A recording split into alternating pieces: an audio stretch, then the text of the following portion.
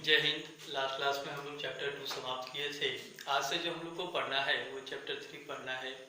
और चैप्टर 3 जो है उसमें हम लोग को एक तरह से जैव विविधता के बारे में पढ़ना है, एनिमल डाइवर्सिटी और प्लांट डाइवर्सिटी के बारे में। ठीक है, तो हम लोग इस चैप्टर को समझने का कोशिश करेंगे, पढ़ेंगे। सबसे पहले बात करते हैं कि जैव विविधता होता क्या है। तो जैव विविधता का मतलब होता है कि किसी भी क्षेत्र में पाए जाने वाले जीवों के विविध प्रकार एवं उनकी संख्या को हम लोग क्या बोलते हैं, जैव विविधता बोलते हैं। जैसे अगर हम लोग अपने आसपास ही देखें तो हम लोग के आसपास ही क्या होता है, कई प्रकार के जो प्रजातियां होती हैं जीव जंतु के, पेड़ पौधों के, वो पाई जाती हैं और उनकी संख्या भी क्या होती है, अलग अलग होती है। तो ये जो जीवों का विविध प्रकार है, अलग अलग प्रकार के जो जीव हमारे आसपास मौजूद हैं, अलग अलग संख्या में मौजूद हैं, इसी को हम लोग क्या बोलते हैं, जैव विविधता बोलते हैं। तो आज हम लोग को इसी के बारे में पढ़ना है। तो हेडिंग डालेंगे जैव विविधता। जैव विविधता। जैव विविधता क्या होता है, किसी भी क्षेत्र में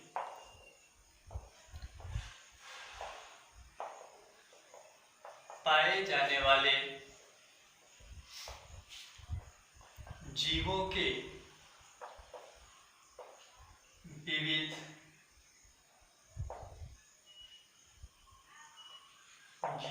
विविध प्रकार एवं उनकी भिन्नता को या उनकी संख्या को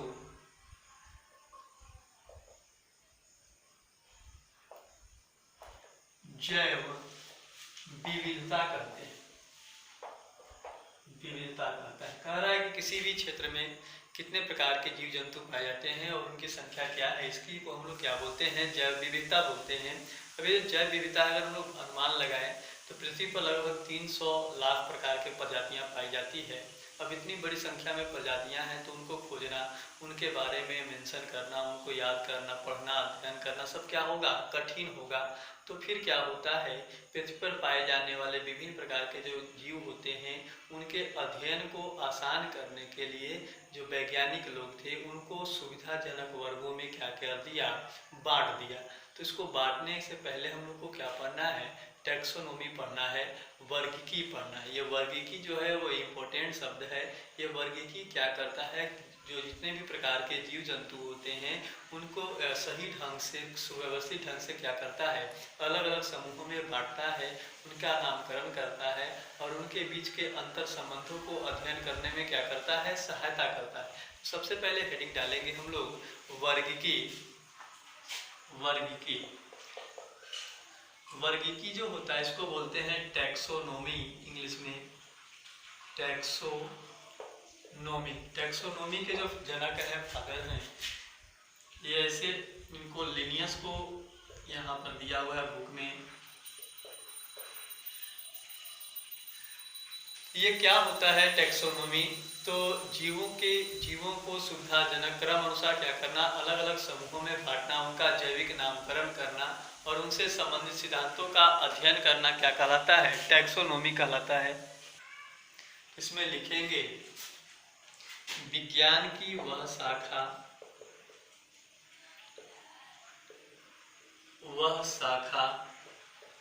जिसके अंतर्गत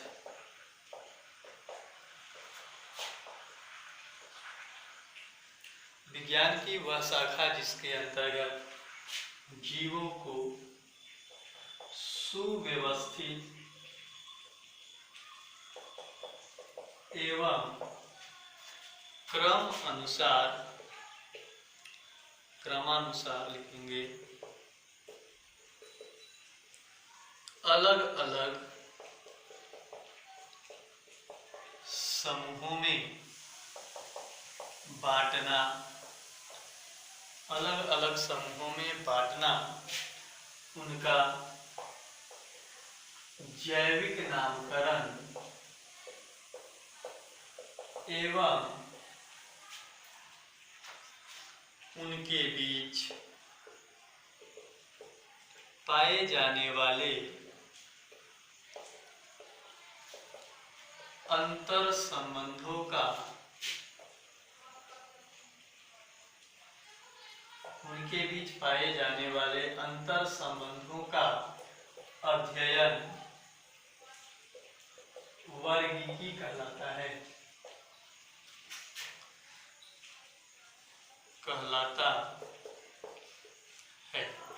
ये क्या कह रहा है कि वह विज्ञान की वह शाखा जिसके अंतर्गत हम लोग क्या करते हैं, जीवों को उनको सुव्यवस्थित ढंग से अलग अलग समूहों में क्या करते हैं, बांटते हैं, उनका जैविक नामकरण करते हैं। ये क्यों करते हैं आपको थोड़ी देर में बताएंगे। और साथ ही साथ एक जीव दूसरे जीव से किस प्रकार से रिलेटेड है, उनसे हमारे अंदर क्या फायदा है, वो हमारे लिए किस प्रकार से हानिकारक है, लाभदायक है, इस प्रकार के अंतर संबंधों का अगर अध्ययन करते हैं जिस शाखा के अंतर्गत, तो उसी शाखा को हम लोग क्या बोलते हैं, वर्गीकी या टैक्सोनॉमी कहते हैं।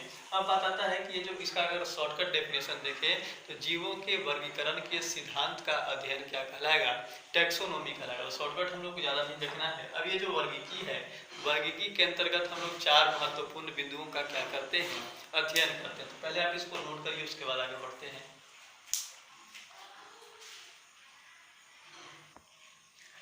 अब उसी में लिखिएगा पैरा चेंज करके, वर्गीकी के अंतर्गत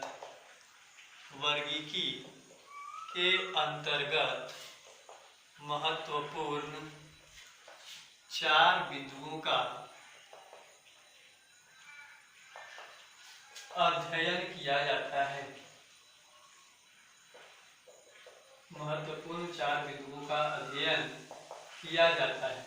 अब वो 4 बिंदु कौन कौन से हैं, इसमें से पहला जो आता है वो आपका आता है पहचानना।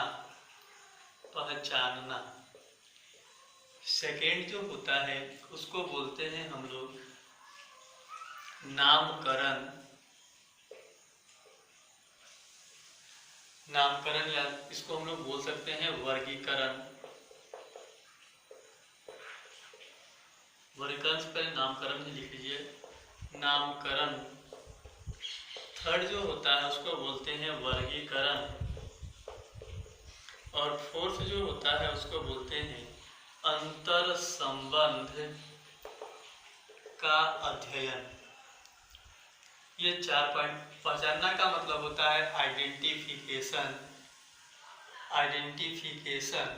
नामकरण का मतलब होता है नोमेनक्लेचर। वर्गीकरण का मतलब होता है क्लासिफिकेशन, और एफिनिटीज। ये 4 बिंदुओं का हम लोग क्या करते हैं, अध्ययन करते हैं। अब ये पहचानना क्या होता है इसको समझते हैं। पहचानना का मतलब आइडेंटिफिकेशन है।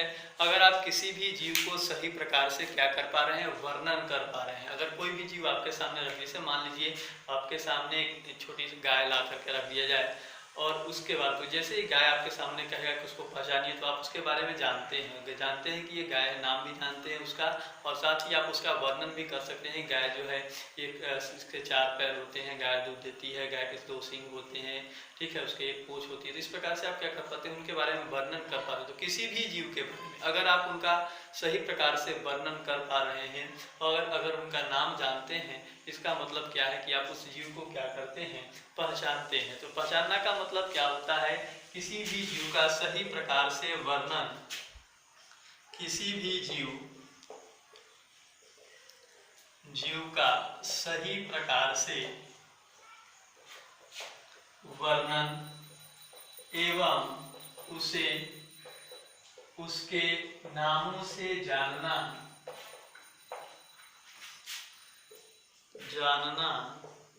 क्या कहलाता है, पहचानना कहलाता है।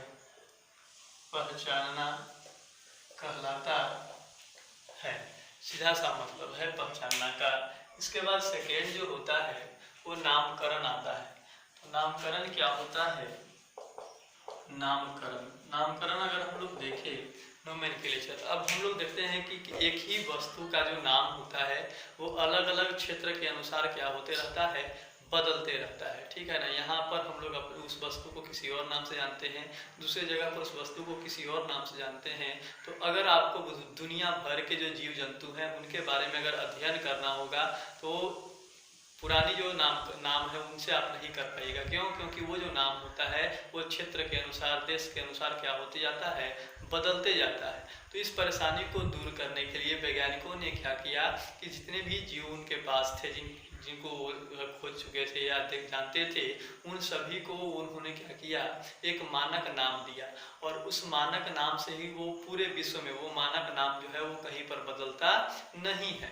तो मानक नाम का मतलब क्या, वैज्ञानिक नाम एक तरह से कह सकते हैं। और वो जो वैज्ञानिक नाम दिया गया वो इसलिए दिया गया ताकि उनके अध्ययन को क्या किया जा सके, आसान किया जा सके। वो किसी भी देश में जाए, किसी भी क्षेत्र में जाए, तो अगर आप उस नाम से, अगर आप उस जीव बोलिएगा उस नाम को, तो वहाँ के जो लोग होंगे वो समझ जाएंगे कि वो आप किस चीज़ के बारे में क्या कर रहे हैं, बात कर रहे हैं। तो ये नामकरण क्या होता है, नामकरण होता है वह प्रक्रिया जिसके द्वारा किसी भी जीव को मानक नाम दिया जाता है, जिसे वो पूरे विश्व में क्या किया जाता है, जाना जाता है। तो लिखेंगे इसमें नामकरण में वह प्रक्रिया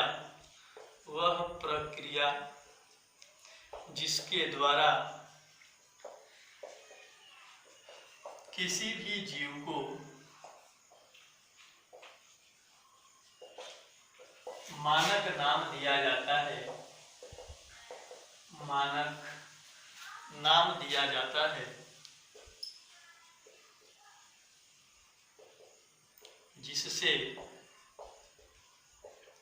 वह पूरे विश्व में जाना जाता है, नामकरण कहलाता है, नामकरण कहलाता है। यह है नामकरण। आप इसको नोट करिए, इसके बाद इसके बारे में आगे और बढ़ते हैं। अब हम लोग कुछ महत्वपूर्ण वैज्ञानिक नाम देखते हैं। महत्वपूर्ण वैज्ञानिक नाम, और सबसे पहले बात करते हैं मनुष्य की। मनुष्य जो होता है, इसका जो वैज्ञानिक नाम होता है वो होता है होमो सेपियंस। नाम सुने होंगे आप लोग। होमो सेपियंस किसको कहते हैं, मनुष्य को कहते हैं। सेकेंड जो होता है, अगर हम लोग शेर की नाम की बात करें तो शेर जो होता है उसको बोलते हैं पैंथेरा लियो, पैंथेरा लियो कहते हैं। बाघ जो होता है इसको बोलते हैं पैंथेरा टिग्रिस, पैंथेरा टिग्रिस कहते हैं इसको। इसके बाद आता है कुत्ता। कुत्ता जो होता है उसको बोलते हैं कैनिस फैमिलियरिस, कैनिस फैमिलियरिस। इसके बाद बिल्ली की अगर बात करें तो बिल्ली को बोलते हैं कैनिस डोमेस्टिका, डोमेस्टिका, कैनिस डोमेस्टिका, नहीं कैनिस डोमेस्टिका नहीं, फेलिस डोमेस्टिका होगा, इसको सुधार लेना है, फेलिस डोमेस्टिका। इसके बाद अगर हम लोग देखें तो और कई नाम होते हैं, जैसे किंग कोबरा, कोबरा जो सर्प होता है इसका नाम होता है नाजा, नाजा, ठीक है। इसके बाद अगर हम लोग देखें वेजिटेबल्स में, तो वेजिटेबल्स में आलू आ जाता है, आलू, आलू जो होता है इसका नाम होता है Solanum tuberosum, tuberosum, Solanum tuberosum कहते हैं। बैगन जो होता है उसको बोलते हैं सोलेनम मेलोजेना, सोलेनम मेलोजेना। इसके बाद अगर हम लोग आम की बात करें तो आम जो होता है इसको बोलते हैं मैंगी फेरा इंडिका, इंडिका। तो ये सब के सब जो हैं वो जीव जंतुओं के जो सब्जी है, फल है, उनका जैविक नाम है, बायोलॉजिकल नाम है, वैज्ञानिक नाम है। और ये नाम जो होता है वो किसी भी देश में, किसी भी क्षेत्र में परिवर्तित नहीं होता है। वो इसी नाम से क्या होते हैं, पूरे विश्व में जाने जाते हैं। और ये नाम देना जो पूरे विश्व में जाना जाता है, जिस नाम से वो जीव, उसको ही हम लोग क्या बोलते हैं, नामकरण कहते हैं। तो इसको आप क्या करिए, नोट करिए। इसके बाद आगे देखते हैं नेक्स्ट तीसरा पॉइंट। उसी में एक और नाम ऐड कर सकते हैं, राना टिग्रीना। राना टिग्रीना जो होता है वो मेढक का नाम होता है। अब देखिए नेक्स्ट तीसरा जो पॉइंट है वर्गीकी का, वो है वर्गीकरण। वर्गीकरण का मतलब होता है क्लासिफिकेशन। क्लासिफिकेशन क्या होता है, जनरली किसी भी जीव का अगर हम नाम लेते हैं, ठीक है, तो उस जीव को अगर आप जानते हैं, पहचानते हैं, तो उसके कुछ लक्षण जो होते हैं वो आपके दिमाग में क्या हो जाते हैं, आ जाते हैं। जैसे हम कुछ जीव का रैंडमली नाम ले रहे हैं, गाय, भैंस, बकरी, ठीक है ना, शीशम, आम, बबूल, तो ये सब क्या होता है, अगर हम इस जीव का नाम ले रहे हैं तो आपके इस नाम लेते ही आपके दिमाग में क्या आया होगा, कुछ लक्षण आया होगा। जैसे गाय, भैंस, बकरी बोले तो इनमें आपको कुछ समानता नजर आया होगा, ठीक है। और इन सबको अगर आपको ग्रुप करने के लिए, एक समूह में बांटने के लिए करें, तो गाय, भैंस, बकरी को आप एक समूह में रख दीजिएगा, और जो आम, पीपल, बबूल ये सब बताएं उनको आप एक समूह में बांट दीजिएगा। अब ये गुण क्या लिए होंगे आप, तो गाय, भैंस, बकरी जो है वो एक तरह से क्या होता है, जानवर है, जंतु है, और ये क्या करते हैं, दूध देते हैं, ठीक है। वहीं जो शीशम, आम और जो बबूल की बात की है, ये पेड़ पौधे हैं और इनमें प्रकाश संश्लेषण की क्रिया होती है, तो इनको आप अलग समूह में बांट दिए। तो किसी भी जीव में पाए जाने वाले जो सरलतम स्थिर जो गुण होते हैं, चाहे वो आकारिकीय गुण हो, जड़, तना एवं पत्तियों के आधार पर, या किसी भी प्रकार के जो उसके शारीरिक गुण हो, मौजूद हो, इसके आधार पर आप क्या करते हैं, अगर आप उनको अलग अलग समूहों में बांट रहे हैं, तो अलग अलग समूहों में बांटना ही क्या कहलाता है, वर्गीकरण कहलाता है। वर्गीकरण का सीधा सा मतलब होता है जीवों में उनके गुणों के आधार पर उनको अलग अलग समूहों में क्या करना, बांटना। तो यहाँ पर हम लोग लिखेंगे वर्गीकरण क्या होता है, जीवों में पाए जाने वाले, जीवों में पाए जाने वाले सरलतम दृश्य गुणों के आधार पर अलग अलग समूहों में बांटना वर्गीकरण कहलाता है। वर्गीकरण कहलाता है। अब ये जो वर्गीकरण होता है, वर्गीकरण के लिए कई छोटे छोटे वर्ग का, संवर्ग का हम लोग क्या करते हैं, प्रयोग करते हैं। और ये संवर्ग जो होते हैं उनका हम लोग किसमें प्रयोग करते हैं, जीवों के वर्गीकरण के लिए करते हैं। तो अब हम लोग को देखना है कि वो वर्गीकृत संवर्ग जो हैं वो कौन कौन से हैं। इसी में लिखेंगे जीवों के वर्गीकरण के लिए विभिन्न वर्गीकीय अनुक्रम का प्रयोग किया जाता है, अब ये वर्गीकीय अनुक्रम कौन कौन होते हैं, तो उनका हम नाम लिखते रहे हैं, बड़ा से छोटा की ओर लिख रहे हैं, ध्यान रखिएगा। सबसे पहला जो होता है वो होता है जगत। फिर दूसरा जो होता है उसको बोलते हैं हम लोग फाइलम या डिवीजन, या फाइलम, इसको संघ भी कहते हैं हिंदी में, संघ। फिर होता है वर्ग, फिर होता है ऑर्डर,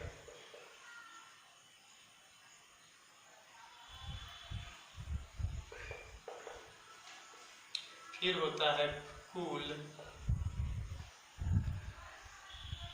फिर होता है वंश, और एक और होता है जाति या प्रजाति। ये टोटल जो होते हैं वो कितने होते हैं, 7 होते हैं। ये जो ऑर्डर होता है इसको हम लोग हिंदी में गण कहते हैं, गण। ये इधर जो इंग्लिश वाला शब्द लिखा हुआ है, जगत का मतलब होता है किंगडम, डिवीजन या संघ का मतलब डिवीजन, और संघ का मतलब होता है फाइलम। डिवीजन का प्रयोग जो है वो हम लोग पौधा में के वर्गीकरण में करते हैं, और फाइलम का जो प्रयोग करते हैं वो जंतुओं के वर्गीकरण में करते हैं। वर्ग का मतलब होता है क्लास, गण का मतलब होता है ऑर्डर, कुल का मतलब होता है फैमिली, वंश का मतलब होता है जीनस, और जाति का मतलब होता है स्पेसीज। स्पीसी। तो ये टोटल कितने हो गए? 7 हो गए। सबसे छोटा जो होता है वो जाति होता है और सबसे बड़ा जो होता है वो कौन होता है? जगत होता है। जाति क्या होता है? जीवों का ऐसा समूह जिनमें अत्यधिक क्या होती है? समानता पाई जाती है, उनको हम लोग क्या बोलते हैं? एक जाति के सदस्य बोलते हैं। और दो अगर अलग अलग जातियों के बीच में बात करें तो उनमें काफ़ी क्या होता है? भिन्नता पाई जाती है। जैसे अगर हम लोग मनुष्य की बात करें तो इस पृथ्वी पर जितने भी मनुष्य हैं वो सब के सब जो हैं वो एक ही जाति के जीव हैं, एक ही प्रजाति के जीव हैं। ऐसा क्यों है? क्योंकि किसी भी क्षेत्र में के पाए जाने वाले मनुष्य जो हैं उस दूसरे क्षेत्र के मनुष्य से उनमें क्या होती है? समानता पाई जाती है। वो पूरी तरह से क्या होते हैं? सिमिलर होते हैं लगभग लगभग। तो ये क्या होता है? ये किसी भी क्षेत्र में पाए जाने वाले जीव जो होती हैं उनमें अगर समानताएं मौजूद तो उनको हम लोग क्या बोलते हैं? एक जाति के जीव बोलते हैं। और अगर दो जातियों के बीच में अत्यधिक भिन्नता है, दो जीवों के बीच में अत्यधिक भिन्नता है, जैसे गाय और भैंस लेते हैं तो वो जो है उनमें काफ़ी भिन्नता है। ठीक, गाय जो है वो कई कलरों में होती है, भैंस जो होती है वो ब्लैक कलर की होती है, भैंस का आकार बड़ा होता है, गाय का आकार छोटा होता है। तो इस प्रकार से क्या होता है? अगर उनमें काफ़ी भिन्नता है तो उनको हम लोग क्या कहेंगे? विभिन्न प्रजाति कहेंगे। तो जाति क्या होता है? सीधा सा मतलब कि जीवों का ऐसा समूह जिनमें अत्यधिक क्या होती है? समानता पाई जाती है, उनको हम लोग जाति कहेंगे। और जाति का समूह जो होता है उसको हम लोग क्या कहते हैं? वंश कहते हैं। बाकी का डेफिनेशन सिंपल हो जाएगा, सिर्फ आपको जाति का याद करना है। तो जाति तो क्लियर है, जाति के ग्रुप समूह को क्या बोलेंगे? वंश कहेंगे। वंश के समूह को कुल कहा जाता है, कुल के समूह को गण कहते हैं, गण के समूह को वर्ग कहते हैं, और वर्ग के समूह को डिवीजन या संघ कहेंगे, और संघ या समूह को क्या बोलेंगे? जगत बोलेंगे। अब जाति में भिन्नता अधिक होती है, एक प्रजाति दूसरे प्रजाति से काफ़ी भिन्न आपको दिखाई देगा, लेकिन जैसे जैसे आप क्या करिएगा? जगत की ओर बढ़ते जाइएगा वैसे वैसे जीवों में पाए जाने वाले जो असमानता होती है, भिन्नता होती है, वो कम होती जाती है और समानता क्या होती है? बढ़ते जाती है। तो ये सातों को आप क्या कर लीजिए? पहले नोट करिए, इसको इसी क्रम में नोट करना है और इसी क्रम में क्या करना है? याद भी करना है। तो इसको नोट करिए, इसके बाद बारी बारी से इनके बारे में पढ़ते हैं। तो सबसे पहले हेडिंग डालेंगे प्रजाति या स्पीसीज। स्पीसीज, इसमें जो पहला लाइन लिखेंगे वही इंपॉर्टेंट है। प्रजाति वर्गीकरण का या यह वर्गीकरण का इकाई है। जीवों के वर्गीकरण का जो सबसे छोटा इकाई होता है वो कौन होता है? प्रजाति होता है, जिसमें एक जीव दूसरे जीव से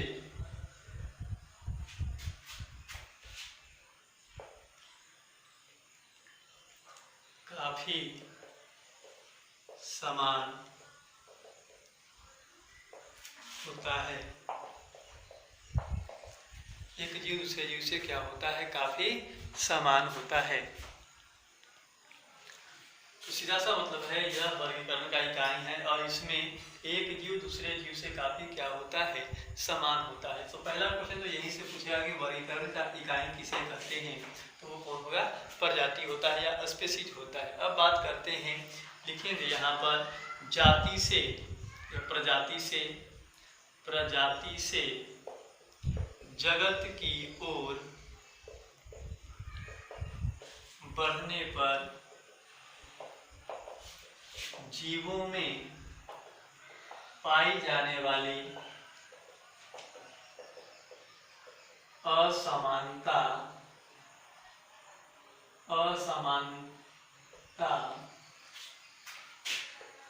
कम होती है, जबकि समानता बढ़ते जाती है।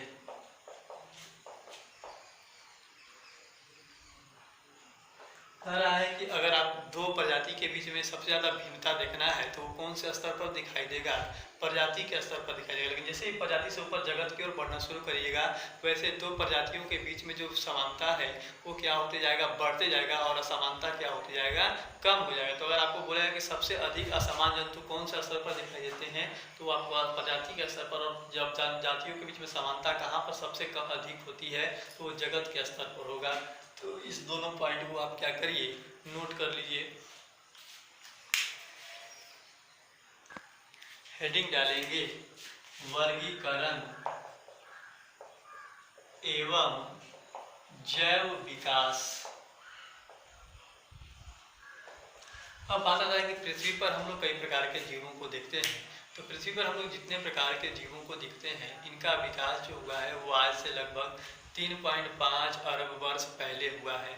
और ये जो विकास हुआ है वो उनमें लगातार होने वाले परिवर्तनों के कारण हुआ है। ऐसे ये परिवर्तन उनमें क्यों होता गया, इस समय के अनुसार जिस तरह से उनका प्राकृतिक आवास बदलता गया, प्राकृतिक में परिवर्तन होता गया, वैसे अपने आप को बचाने के लिए जीवों के शरीर के अंदर भी क्या होता गया, परिवर्तन होता गया। और उसी परिवर्तन के फलस्वरूप नए नए जीवों का, नए नए प्रजातियों का क्या हुआ, निर्माण हुआ। आज हम लोग जितने भी प्रजातियों को देखते हैं वो सब के सब प्रजाति जो हैं वो उसी निरंतर होने वाले प्रक्रिया के क्या होते हैं, परिणाम होते हैं। इसमें लिखेंगे पृथ्वी पर जीवों की उत्पत्ति 3.5 मिलियन वर्ष पहले हुई थी। जितने भी जीव को आज हम देखते हैं वे सब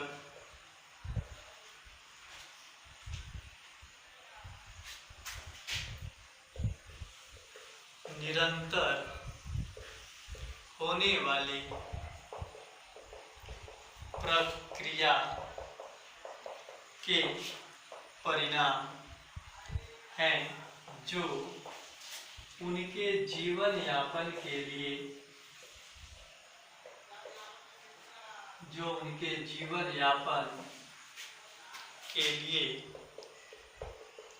आवश्यक था। जो उनके जीवन यापन के लिए क्या था, आवश्यक था। इस प्रकार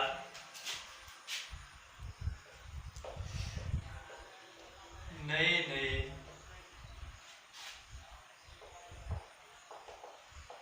प्रजातियों का विकास हुआ। नए नए प्रजातियों का क्या हुआ, विकास हुआ। तो कह रहा है कि पृथ्वी पर जीवों की जो उत्पत्ति हुई है वो आज से कितना वर्ष पहले, 3.5 मिलियन वर्ष पहले हुई थी। कह रहा है कि जितने भी जीवों को आज हम लोग देखते हैं वो सब उनमें होने वाले निरंतर प्रक्रिया के क्या है, परिणाम हैं। और ये परिवर्तन क्यों हुआ उनमें, क्योंकि उनको जीवन जीना था, अपने जीवन को बेहतर बनाना था। जैसे जैसे वातावरण में बदलाव होते गए उसी अनुसार अपने शरीर के अंदर वो क्या करते गए, बदलाव करते गए। और उसी से क्या हुआ, नए नए प्रजातियों का निर्माण हुआ, विकास हुआ। ठीक है ना। अब ये जो विकास के बारे में जो सबसे पहले बताने का काम किया था वो एक साइंटिस्ट थे जिनका नाम था चार्ल्स डार्विन। उन्होंने इस जीवों के विकास कैसे हुआ है इसके बारे में उन्होंने जो सिद्धांत दिया था, जो बातें बताई थी, वो एक पुस्तक में बताई थी। और उस पुस्तक का नाम है द ओरिजिन ऑफ स्पीसीज। तो ये ओरिजिन ऑफ स्पीसीज क्या है, इस बुक में जीवों के विकास से संबंधित क्या है, सिद्धांत और थ्योरियाँ लिखी गई है। तो इसमें लिखेंगे नीचे एक पॉइंट, विकासवाद के संस्थापक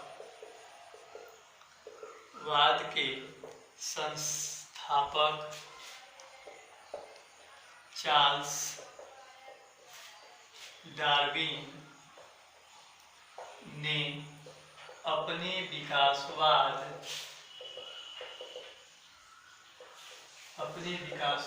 के सिद्धांत को अपनी पुस्तक द ओरिजिन ऑफ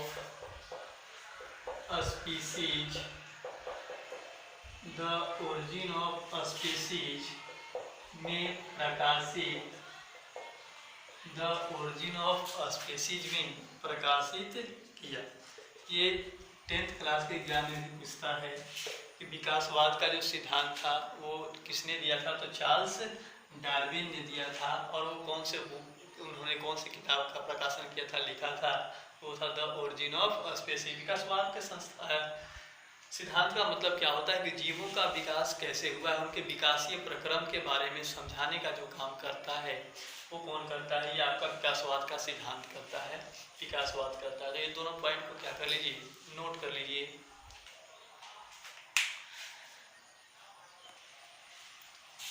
अब आगे हम लोग को पढ़ना है कि जीवों को कैसे बांटा गया, कौन कौन से साइंटिस्ट थे, क्या क्या आधार लिया, बेसिस लिया, और उसके आधार पर जीवों को अलग अलग समूहों में बांटा। तो इसके बारे में हम लोग अगले क्लास में पढ़ेंगे। तब तक के लिए धन्यवाद।